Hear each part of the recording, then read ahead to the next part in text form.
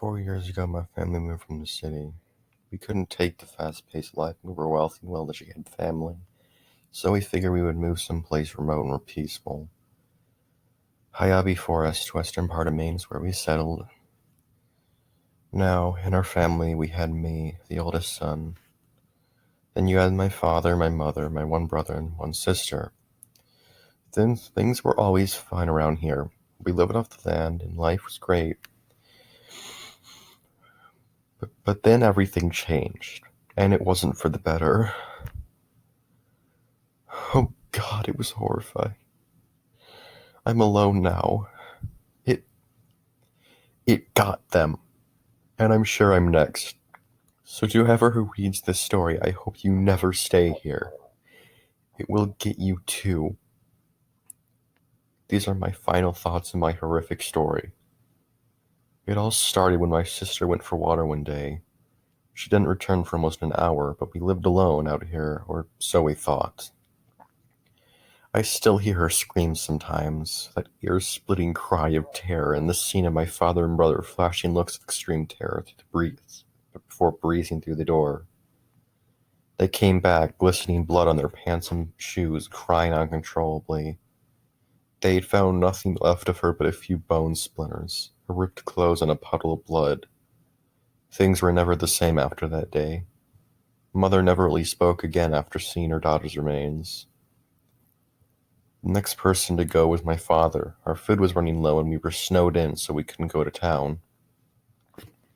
He grabbed his rifle and took to the wilderness around us. He didn't come back when we expected him to, so my brother and I decided that we would go and search for him in the morning. There was no need to go out then. At around 1 a.m., I was dozing in the kitchen chair when there was a low guttural growl from outside the door. Then a resounding bang, bang, bang on the door, and then a loud thump. A flash of a mottled black fur creature on two hind legs sprinted past my window. That set me off. I was screaming at the top of my lungs until my brother ran to me and asked what was happening. I recounted the story to him, and he grabbed a rifle, handed one to me, and then motioned silently towards the door.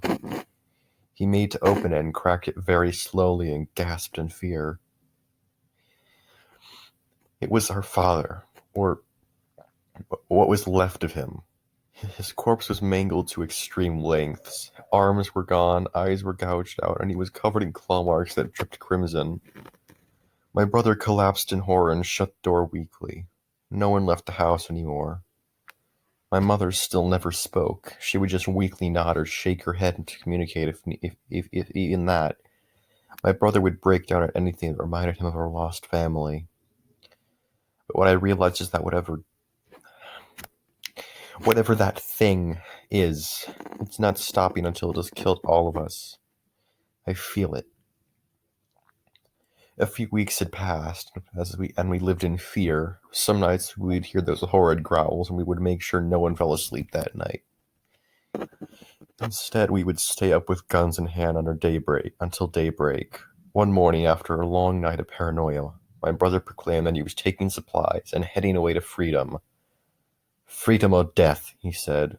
One of them happens today. He offered to take us with him.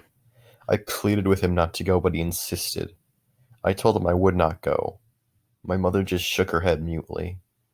He said he would send for help when he got back to town, and to keep everything locked. Don't you dare leave. Don't you even stick your nose out the damn door, he said. I know I was only 10 months older for him, but I felt awful about being the one he was going out. But I felt awful about him being the one who was going out. I knew it was going to get him. I just knew. That night he walked out just before dark, fully struck. Having made sure we were okay and had supplies, and began the nightmarish walk to the car. He got to the car, opened the half-frozen door after a few violent tugs on the handle, and it was then that I heard the sound that unnerved me on the spot. He turned the key, and as the car started, a blood-curdling scream lit that night air. The beast left the trees from the side opposite my brother. The creature must have been 8 feet tall, with a mangled black wolf's face and body, but it walked on its own two legs, or rather, sprinted. My brother opened his eyes in fear and smashed his foot into the gas pedal. The thing pounced onto the car and violently smashed his window. My brother steered wildly, trying to get away from the creature, but he crashed his car into a tree, and if that didn't kill him, the beast reached into the car and pulled the still squirming body out of the car. The monster looked right at me through the window from a distance before slicing my brother's stomach with razor-sharp claws. Blood dripped from his body as he went limp. The creature walked slowly towards the door, knowing he wanted me to fear him. He knew I was frozen. It reached the door and I hugged my rifle tight. There was a thud and another three bangs, although they went slowly like this, only they went slowly this time. Bang. Bang. Bang. Then it screamed its chilling scream like that of a banshee and stampede off into the woods. I couldn't open the door to retrieve my own brother's remains.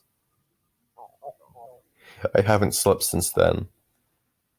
I just watched the door and listened for him, waiting for him to come back. It's just me and my mother now. She doesn't eat or sleep or drink. She hasn't moved from her chair in 3 days. Until her death, I don't think she ever moved again, actually.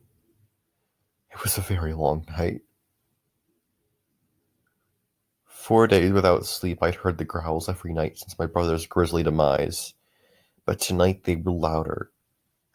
It was tonight. He would attack, I knew it. I loaded my rifle and waited for it, thinking he would come through the door or the window in the kitchen. I was wrong. My mother sat in the other room, but even with my phobia of it, I let her be. It was late when I began to hear scraping along the house's sides. 4 times he circled. We were trapped. And he knew it.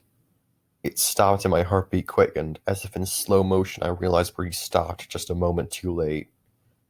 Right next to the side of the house where my mother was. I knew my fears were true, and I heard the disheartening sound of a window shattering in the other room. I was rooted. I heard the beast call and dropped to my knees. I saw him walk to my mother and in one stroke took her throat, and within a heartbeat her chest. He screamed and dove from her room. This was just a few short hours ago, and the scrapings are starting again. To whomever finds this, leave quick. Don't look back. Oh, God, the scraping stopped. I don't have long. These are my final thoughts and the last ones I'll ever have. Please heed this warning.